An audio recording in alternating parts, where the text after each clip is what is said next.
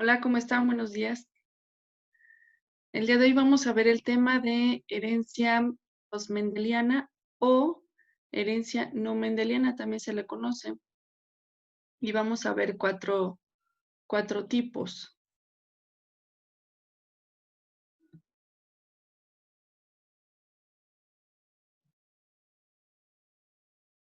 Enseguida les coloco la presentación para que la vayamos viendo.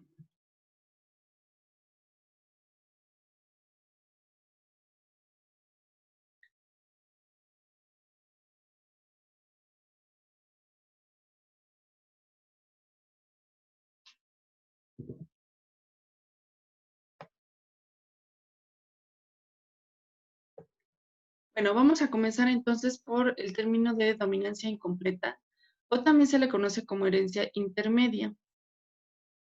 Esta fue propuesta o descubierta por Karl Franz Joseph Erich Correns, que nació en Múnich, Alemania, el 19 de septiembre de 1864. Él estudió botánica y redescubrió las leyes de Mendel. ¿Por qué? Porque él descubrió que los genes alelos con herencia intermedia, al cruzar dos variedades de la planta que se llama Don Diego, que es esta que vemos aquí, en donde una homocigota dominante, que podemos conocer como RR, con flores de color rojo, y otra de color blanco, que sería recesiva, al cruzarlas, obtuvo una primera generación heterocigota con todas las flores rosas. Es decir, con ello demostró la herencia intermedia. Ninguno de los dos genes dominó, sino que ambos se combinaron. Recuerden que los alelos son las regiones de un gen. Entonces, el fenotipo que resultó fue una mezcla intermedia entre el homocigoto dominante y el homocigoto recesivo. Aquí tenemos el esquema. Entonces, teníamos el homocigoto rojo con el homocigoto blanco. En este caso, el blanco sería el recesivo. Y entonces, al combinarse en la primera generación, y lo vemos con un cuadro de Punnett. Este es el cuadro de Punnett, que ya lo habíamos realizado antes, pero como tal no les dije el nombre. Entonces, cuando se hacen las cruzas, nosotros podemos ver que los fenotipos resultados son todos rosados. A esto se le llama entonces herencia intermedia. Y aquí está el genotipo. 4 de 4 son RR, que se representa con un apóstrofo o con una comilla. Entonces el 100% son flores rosadas. En la segunda generación, ¿qué pasa? Ahí ya es diferente. ¿Por qué? Cuando se cruzan dos progenitores que vienen de la primera generación, es decir, dos rosados, tenemos lo siguiente. Aquí están los genotipos, aquí nuevamente está el cuadro de Punnett, y entonces tenemos que al cruzarlos, sí ya se manifiestan los primeros fenotipos, el rojo y el blanco. Entonces el 50% solamente es rosado, el 25% es rojo, es decir, una cuarta parte, y el otro 25% es blanco. Entonces, decíamos, esta herencia intermedia o dominancia incompleta es una mezcla entre el homocigoto dominante y el homocigoto recesivo. Bueno, un aspecto más que se descubre y que no tiene que ver con las leyes de Mendel que él descubrió, es la codominancia. En este caso, este es un modelo en el que, como dice aquí, no es mendeliano, no mendeliano, en el que no hay un estado, en donde el estado heterocigoto no hay un gen recesivo, sino que ambos se comportan como dominantes. De tal manera que eh, los dos, eh, los dos genes se manifiestan en el fenotipo resultante, pero sin mezclarse, como en el caso anterior de la herencia intermedia donde se mezclaban. Entonces, estos alelos codominantes hacen que se manifieste el genotipo de ambos progenitores en la descendencia. Vamos a ver un ejemplo. Al realizar una cruza de individuos homocigotos entre una gallina negra y, por ejemplo, un gallo blanco, tenemos que estos genes que codifican para el color son codominantes, dado que el resultado es un fenotipo en el que los colores de plumas están entremezclados entre cuadros blancos y negros, pero no se combinan para formar una tonalidad, por ejemplo, gris uniforme, sino que ambos se manifiestan en cuadros blancos y negros. Entonces a esto le llamamos alelos codominantes o codominancia. Ambos son dominantes pero sin.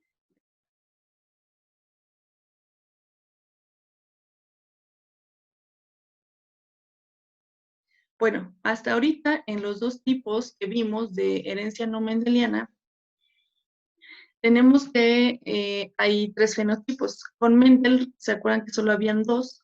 Solo o se manifestaba el dominante o se manifestaba el recesivo. Con manifestarse me refiero a que se refleja en el fenotipo. Entonces solo había que se manifestara el genotipo recesivo o el genotipo dominante. En estos dos que acabamos de ver ya hay tres. En uno en el que se hace una mezcla entre ambos y en el otro que se hace una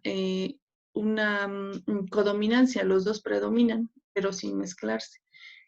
Pero también tenemos otro caso que es el de alelos múltiples. Y en este caso ya se manifiestan más de tres fenotipos, que depende del número de alelos que se presenten en la población.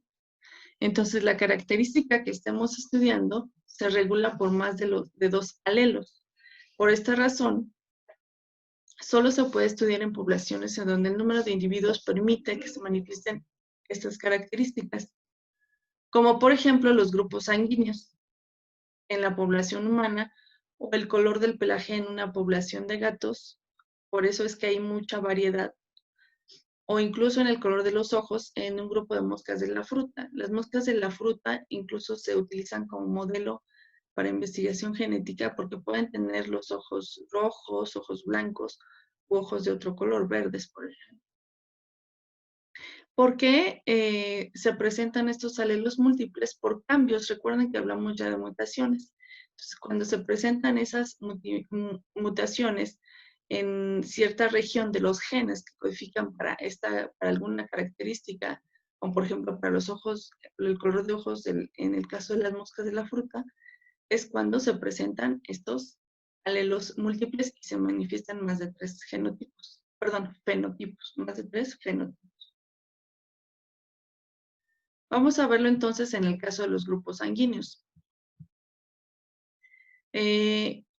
Como ustedes saben, hay grupo sanguíneo A, B, AB y grupo O.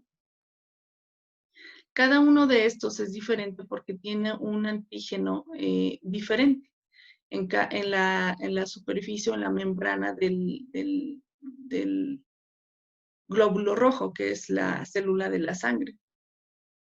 Entonces, ese antígeno está obviamente codificado por un gen, ¿no? El antígeno A está por el gen, en este caso que lo vamos a llamar B, el alelo B, el antígeno A, que lo codifica el alelo A, y el antígeno AB, que es una codominancia, como veíamos hace ratito. Entonces, cuando resulta el fenotipo, si nosotros tenemos un progenitor con el alelo, con el antígeno A, que codifica para el antígeno A, y otro, en este caso que sea dominante, y en este caso que sea un homocigoto dominante para ese antígeno A, y luego tenemos un heterocigoto dominante para el antígeno A. El O siempre es recesivo, entonces vamos a tener que el fenotipo resultante siempre va a ser A, en este caso, de estos dos, con la cruza de estos dos genotipos. ¿Qué pasa si tenemos el antígeno B? El alelo que codifica para el antígeno B. En este caso, si lo tenemos de esta manera, como homocigoto dominante o como heterocigoto también dominante, dado que dijimos que el O es recesivo, entonces el fenotipo será de tipo B. Pero ¿qué pasa si tenemos al A y al B? Entonces se presenta una codominancia y entonces el fenotipo resultante es AB, una combinación de ambos. Entonces, si ven hasta ahorita llevamos 3 fenotipos diferentes. Y el tipo O solamente se manifiesta fenotípicamente cuando ambos progenitores tienen el tipo de sangre O, porque es recesiva. Entonces solamente se manifiesta fenotípicamente cuando es un homocigoto recesivo, homocigoto recesivo.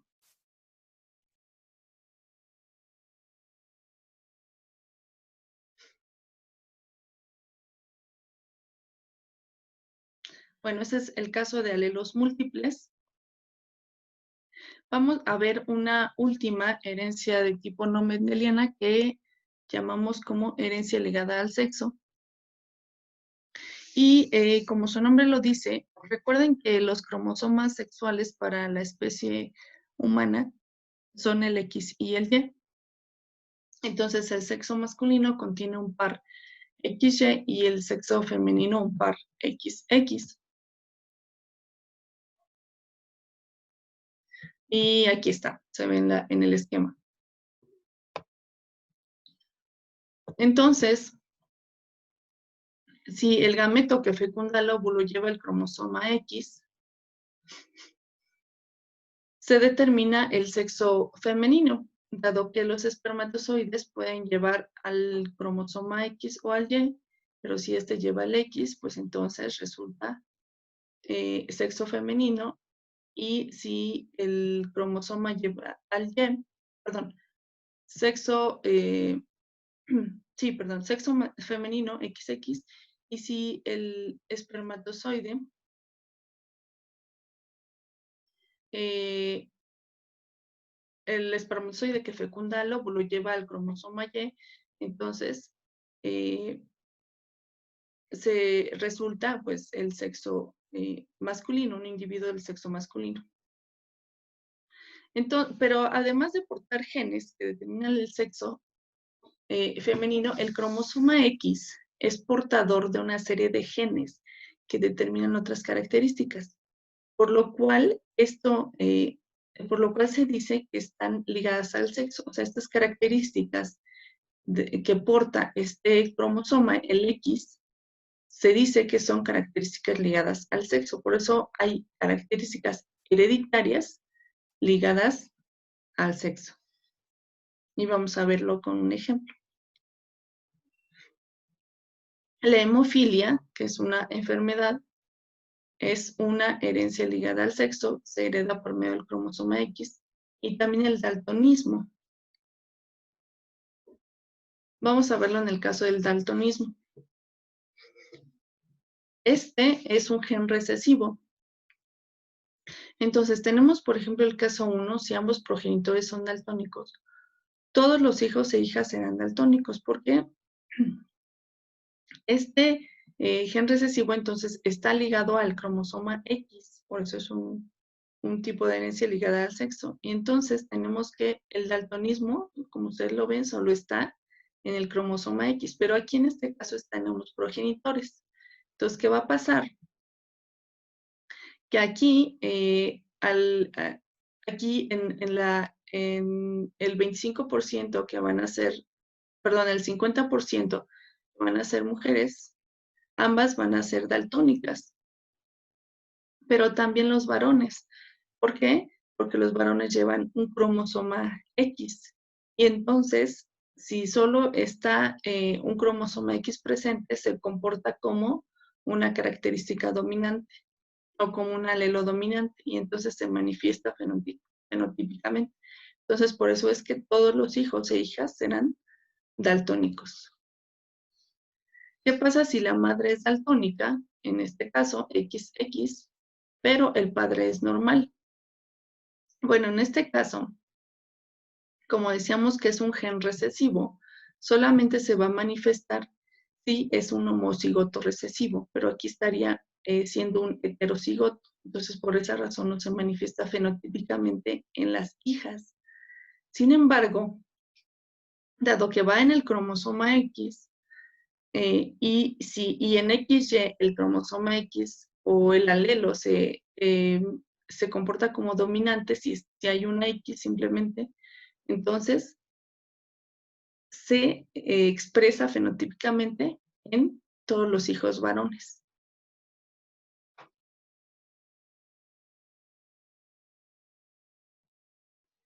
Bien, entonces con respecto a esto último, que es herencia ligada al sexo, van a realizar, por favor, el ejercicio.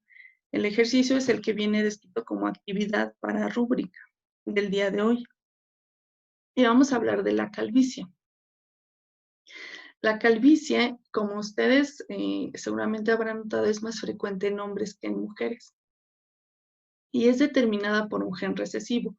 Le vamos a llamar XC minúscula para indicar que es el gen que codifica para calvicie, y XC mayúscula para un gen normal, es decir, que no tiene esta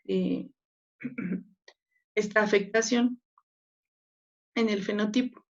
Entonces, si en el hombre, por solo tener un cromosoma X, entonces este se comporta, como les decía yo en el caso anterior, se comporta como dominante. Y por ello es que se manifiesta más en hombres. Para que una mujer sea calva necesitan tener los dos genes recesivos. Es decir, necesitaría ser XC minúscula ambas para que fuera calva. Entonces, por eso es que en las mujeres es muy raro. Y las mujeres solamente son portadoras, pero no se manifiesta fenotípicamente. Entonces, tenemos lo siguiente. Estos son los genotipos de ambos progenitores. XC minúscula Y para el hombre, dado que tiene la característica, como ustedes ven, es calvo. Y en la mujer, aunque tiene el XC, pero como tiene el XC mayúscula, que es el gen normal, entonces no se manifiesta, porque para que se manifieste necesita ser homocigoto recesivo, es decir, que fuera solamente XC minúscula, XC minúscula. Entonces, por esa razón, la mujer pues no tiene el problema. Entonces, estos son los gametos que se forman. Lo que quiero que realicen, por favor, es lo siguiente. Van a hacer el cuadro de Punnett con ambos genotipos, estos que están aquí, este y este, y me van a decir qué porcentaje de mujeres y de hombres presentarán la calvicie. El cuadro de Punnett ya hemos hecho ejemplos en la clase antepasada, y en una diapositiva o dos anteriores vimos un ejemplo también con el problema del daltonismo. Entonces, de esa manera se construye un cuadro de Punnett. Pero para darles un comienzo de cómo pueden iniciar el ejercicio, pues vamos a empezar a realizarlo. Recuerden que lo colocan por filas y por columnas. Entonces tenemos aquí el genotipo masculino, que vamos a colocarlo de este lado. Entonces colocamos mi genotipo masculino de esta manera. Y en las filas colocamos el femenino, que es este. Es XC mayúscula, XC minúscula.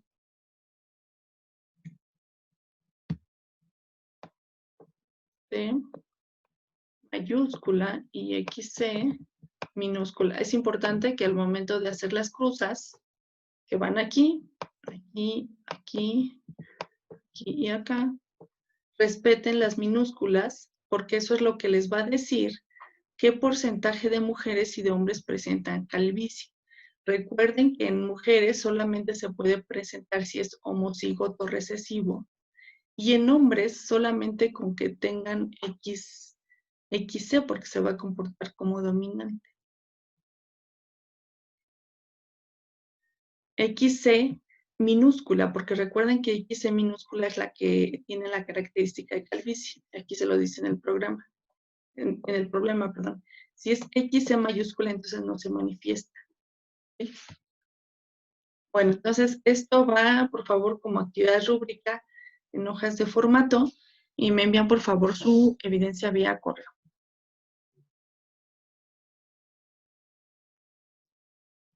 Sería todo entonces por el día de hoy. Gracias y que tengan un muy buen día.